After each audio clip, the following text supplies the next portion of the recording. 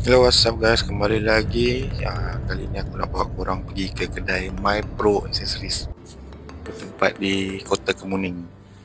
Aku datang sini untuk tukar adjustable. Sebelum ni aku pakai Sport Spring, dan kali ni aku dah sampai seru rasanya nak tukar kepada adjustable. Untuk pengetahuan korang, aku beli brand BR Racing dekat Shopee. Ini spek high-low body shift. Aku beli dekat Shopee dan aku bawa ke kedai seller dia dekat Kota Kemuning ni lah untuk pasang. Dia ada ambil upah pemasangan sikit. So yang kau nampak ni, ini masa aku pakai Sport Spring lah. Memang setup tak muat langsung jari. So aku plan untuk pakai adjustable ni, aku nak buat setup satu jari lah.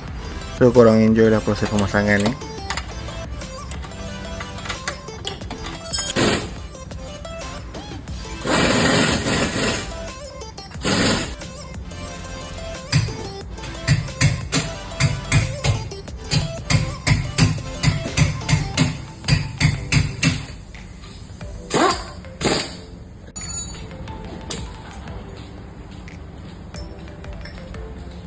So inilah hasil dia lepas dah siap.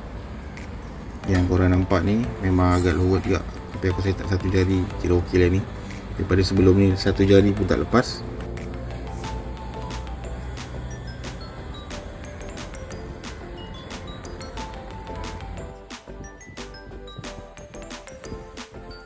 So lepas dah settle pemasangan, aku bawa ke kedai untuk buat alignment lah.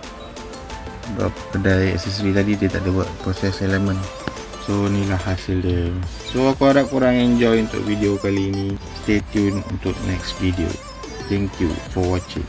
Assalamualaikum.